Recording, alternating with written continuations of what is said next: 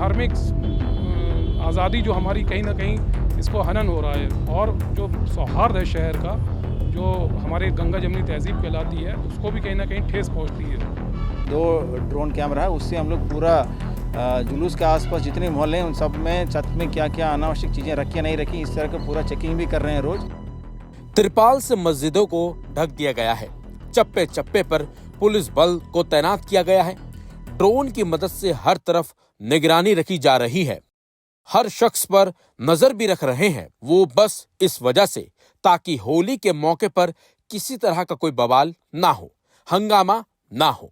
जी हाँ, ये तस्वीरें उत्तर प्रदेश के शाहजहांपुर जिले की हैं, जहां शहर की हर मस्जिद को इसी तरह से ढका जा रहा है ताकि शहर में सौहार्द बना रहे। हालांकि ऐसा पहली बार नहीं हुआ है। हर साल होली से पहले शहर की हर मस्जिद को तिरपाल से इसी तरह से ढक दिया जाता है।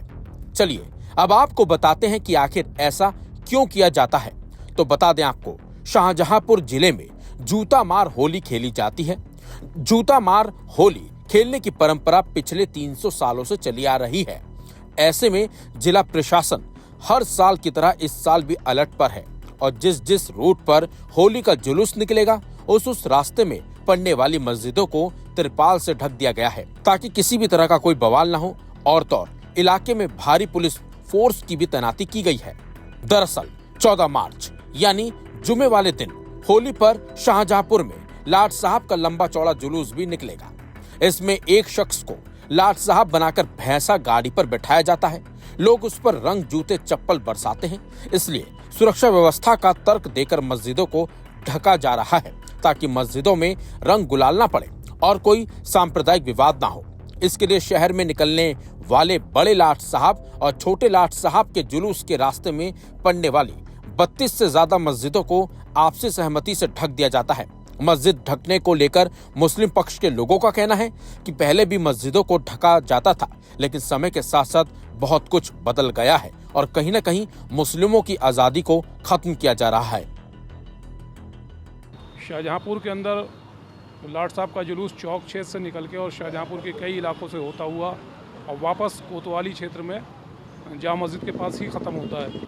तो ये होली के जुलूस तो निकल रहा है, प्रशासन अलर्ट है, लेकिन प्रशासन अलर्ट होने के साथ साथ रमज़ान का मुक़द्दस महीना चल रहा है। लोग अपनी नमाज़ों में लगे हुए हैं, तराबी में लगे हुए हैं, इबादत में लगे हुए हैं। उसके हिसाब से और हर साल की 2 दिन पहले या 3 दिन पहले मस्जिद ढकी जाती थी, इस बार और 13-14 दिन पहले ही ढक दी गई मस्जिद। तो ये धार्मिक आज़ादी जो हमारी कहीं ना कहीं इसको हनन हो रहा है, और जो सौहार्द है शहर का, जो हमारे गंगा जमनी तहजीब कहलाती है, उसको भी कहीं ना कहीं ठेस पहुंचती है।